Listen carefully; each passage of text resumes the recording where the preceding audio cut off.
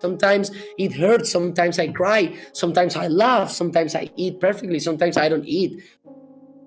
Knowledge is amazing. Knowledge is amazing in somehow, But for me, knowledge is not book knowledge. It's knowledge about myself, right? So I decide to take all the tools that I think they help me so I can become a better person. But to become a better person, of course, those challenges are the one. Like for example, when I leave the death of my grandfather, I gained a lot of weight. I was lonely and accept myself, but it was like an emptiness, and that small emptiness was it was just self-love, but self-love in my core, like love what I hate of myself, accept it and love it, because of course that's me too.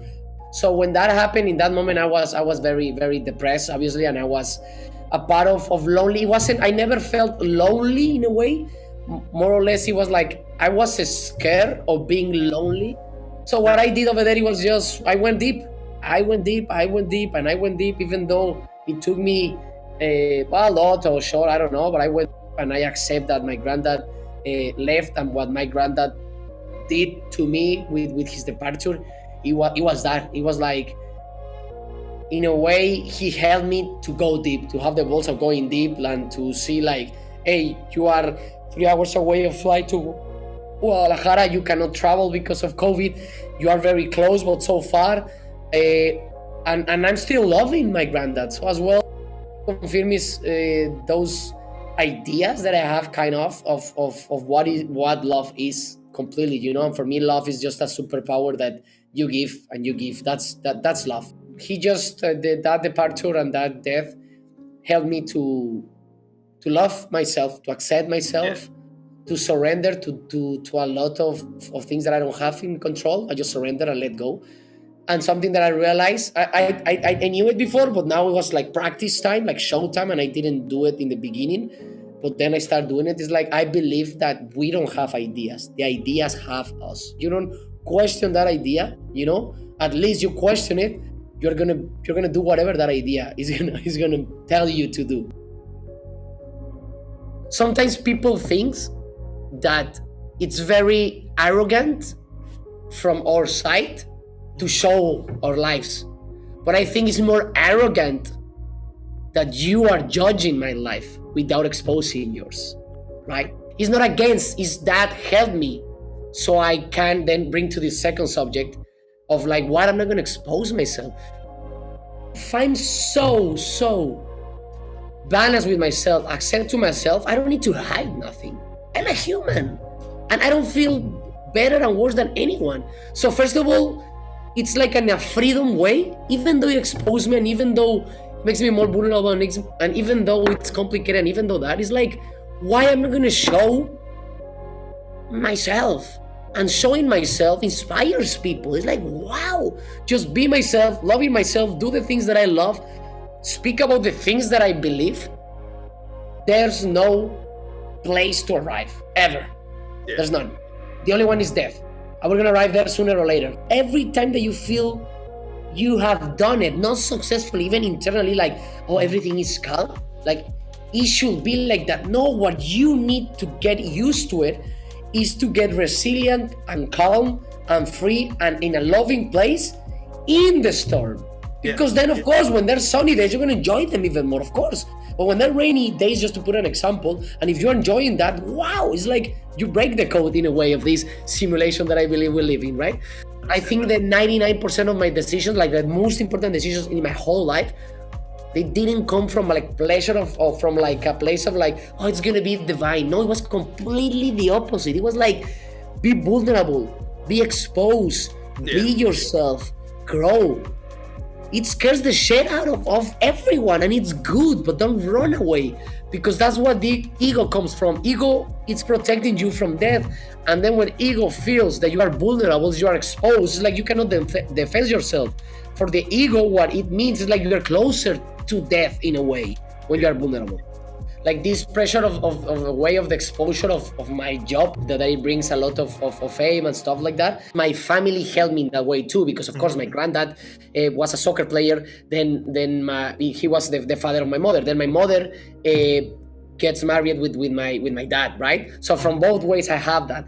And both of my grandparent and my dad were famous. They have a very national, a very important career. So I was like smelling and living fame in a way. So I learned a lot. In the end, money, fame, and all that stuff are just tools. They don't define me.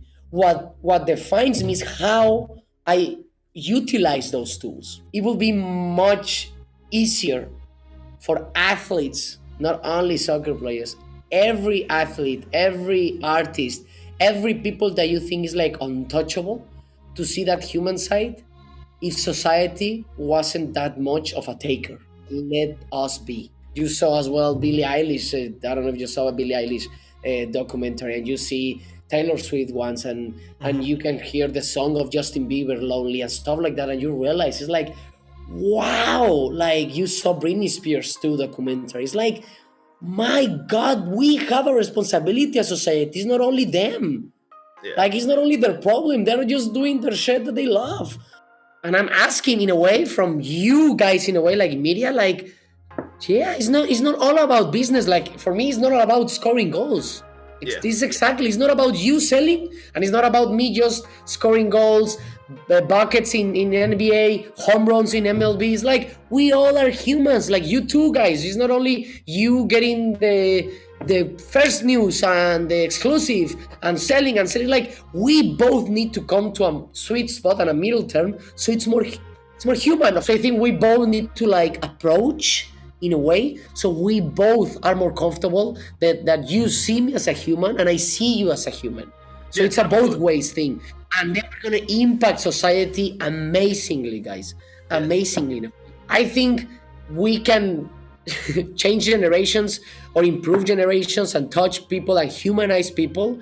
In the end, the only thing that I want from people is like, I don't care if they judge me, I don't care if they criticize me, I don't care if they even speak good about me, if they love me. I don't care what I'm the purpose of myself showing is like as an avatar, not personal, because it's not like I can take the credit. I don't give a shit about that. It's just like, if me showing you that I can, you can. Period. That's the most important thing for me. It's like whatever. It's like if I can, you can. I want to win championships with this club, with this amazing club. I want to score a lot of goals. I want to win games and stuff like that. But the idea is from where I want to achieve all of that. It's not by emptiness. It's not just to accumulate success. It's not just to show that I'm a better or worse human than anyone, right? It's just of the pure love of see how far I can go and to push myself beyond limits. Like in my brain says me, this is your limit. Why I need to like, why it's telling me that? I'm like, no, like why I have this phrase that it became very famous in Spanish, like imaginemos cosas chingonas, like kind of like imagine like very amazing things in a way, like because it's free, man. It's free. If you can imagine very scary and unpleasant scenarios, but you can imagine as well fucking amazing life. You know?